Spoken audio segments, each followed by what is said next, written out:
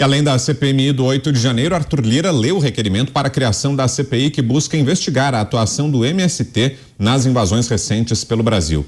O presidente da Câmara também deu aval para a instalação de outras duas comissões, a da Americanas e a da manipulação de resultados em partidas de futebol.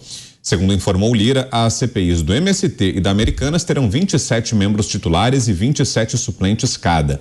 Já a comissão do futebol terá 34 titulares e 34 suplentes. Cláudio Dantas, vamos lá a Brasília então. Quais os bastidores, Dantas? Como é que foram essas negociações? E agora então é só esperar o início dos trabalhos, né? Exatamente.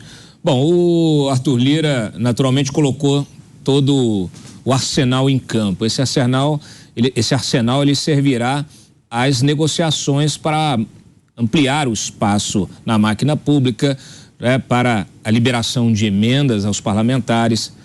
A gente precisa fazer a leitura dessas iniciativas do ponto de vista da negociação político-partidária, aquela que ela starta justamente com a formação desses grandes blocos, como eu mencionava no bloco anterior aqui, né? No início do programa, ele formou grandes blocos e passou a ser o interlocutor privilegiado desses blocos, garantindo poder suficiente para negociar diretamente com o Palácio do Planalto. Eu mencionei mais cedo que, por exemplo, a escolha do Arthur Maia, ela foi tomada após o afastamento do Fufuca, deputado Fufuca, líder do PP, que era o cotado para essa vaga de presidente da CPMI do 8 de janeiro. Por que o Fufuca foi deslocado aí, foi preterido? Porque ele está muito próximo do Flávio Dino. E o Flávio Dino trabalhou nos bastidores para derrubar uma indicação do Arthur Lira para o TRF6, aquele foi criado recentemente. Então, o Arthur Lira soube da articulação do Flávio Dino nos bastidores contra o seu indicado e falou, então beleza, então agora eu vou reagir. E aí tirou a pessoa que tinha ali mais interlocução com o Flávio Dino, falou, você não vai mais presidir a CPMI. Agora, neste momento, por exemplo, a CPI do MST, quem está cotado para ser o relator da CPI do MST, o Ricardo Salles. Se ele for confirmado, a CPI do MST vai virar um problemaço, uma dor de cabeça para o Palácio do Planalto, para o MST, naturalmente, e para a esquerda em geral, que defende esses criminosos que invadem a propriedade, as propriedades rurais. Então, claro, o Arthur Lira não bateu o martelo em relação a isso, mas já colocou a situação, né? Já colocou o nome do Ricardo Salles em campo. Hoje o Lula voltou de viagem, teve uma série de reuniões no Palácio do Planalto, do Palácio da Alvorada, perdão, com os seus ministros, inclusive com Alexandre Padilha, que tinha aí a missão de tentar contornar essa situação para baixar a temperatura e agradar o Lira para conseguir modificar a composição da CPI do MST. Então, essas CPIs, todas elas, aquelas que atingem diretamente o Palácio do Planalto, que atingem diretamente o Executivo, o governo Lula, que são essas duas, CPI do MST e a CPMI do 8 de janeiro, elas viraram arsenal do Lira e dos seus aliados contra o governo. O que vão ter em troca? Bom, aí é que começa a negociação. A gente já sabe o que essa turma sempre quer. Espaço na máquina e recursos públicos para poder executar na ponta nos seus currais eleitorais.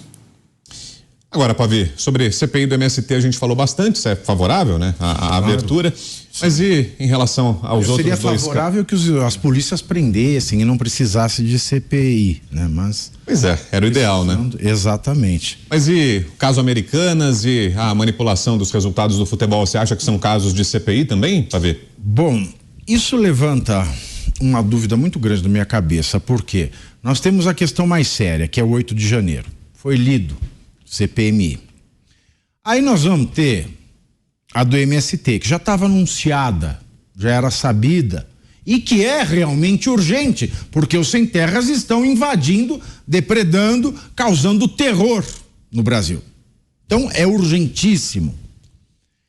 E aí é muito engraçado que logo depois que se tornou incontornável a CPMI do 8 de janeiro, depois do vazamento das imagens da semana passada, em que não era mais viável abafar essa CPMI e que também ficaria feio para qualquer deputado ou senador que retirasse o seu nome da lista de assinaturas, eu penso o seguinte, e penso por quê? Tanto o pedido da CPI das Americanas quanto da corrupção no futebol são pedidos de parlamentares de direita, deputados federais da dita direita. Logo, o que eu penso?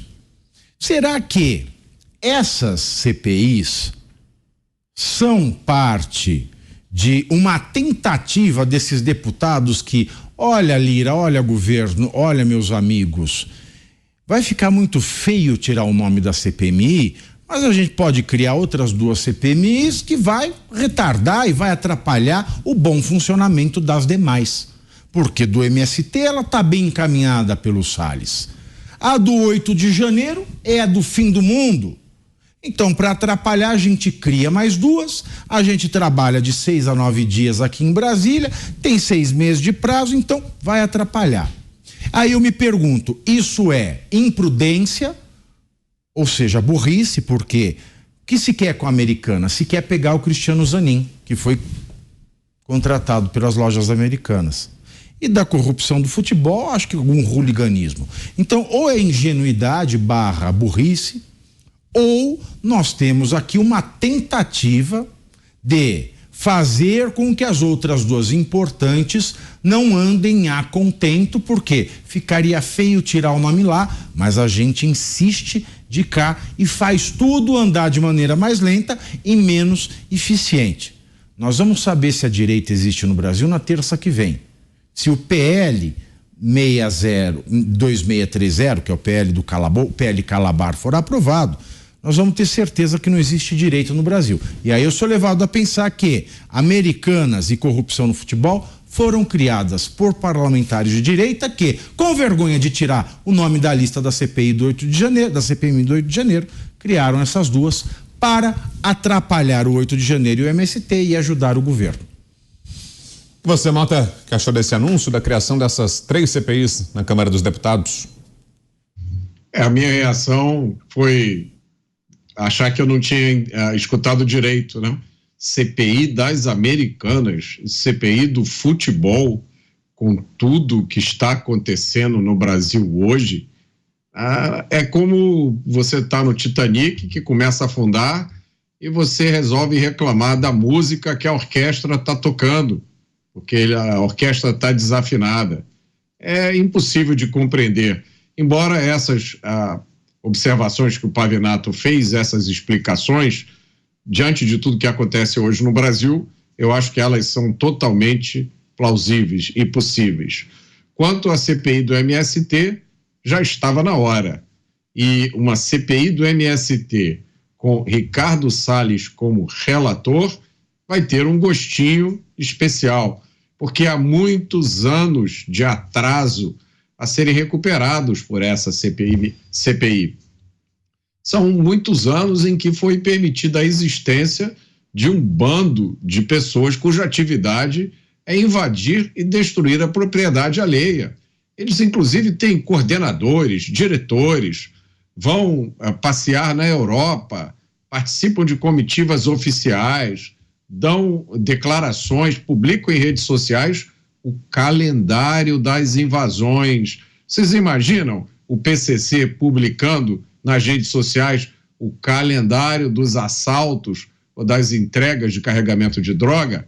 E recentemente esse bando anunciou que estava fazendo o que eles chamam de Jornada Nacional de Luta pela Terra e pela Reforma Agrária. O nome melhor para isso seria Jornada Nacional de Ataque à Propriedade e Desestabilização do Agronegócio. Eu acho que esse ponto em especial deveria ser olhado com muito cuidado por essa CPI, porque se você tem a vontade de desestabilizar um país, de jogar o país no caos, um dos lugares por onde você começa a fazer isso é pelo suprimento de alimentos. Então, esse ataque que não para nunca contra o agronegócio, contra as propriedades, ele talvez tenha um caráter mais perverso do que todas as outras atividades que a gente tem visto nos últimos tempos. Porque quando se ataca a agricultura, o resultado é sempre o mesmo: fome.